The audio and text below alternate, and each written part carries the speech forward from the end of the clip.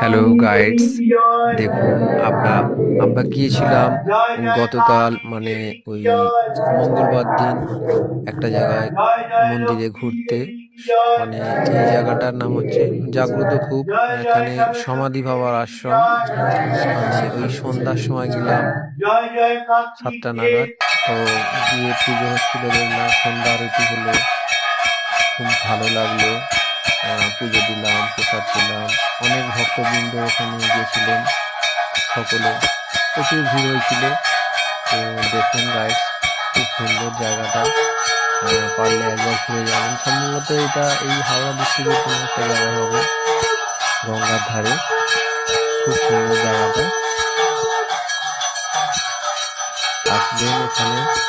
এখানে ধর্ম বর্ণ নির্বিশেষে সকল মানুষের সমাগম এখানে হয়।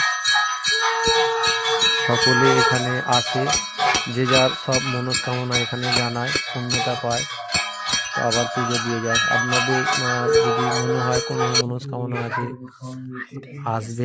আসবেন, দেখবেন জায়গাটা, কমেন্ট করবেন, লাইক করবেন, ভালো লাগলে।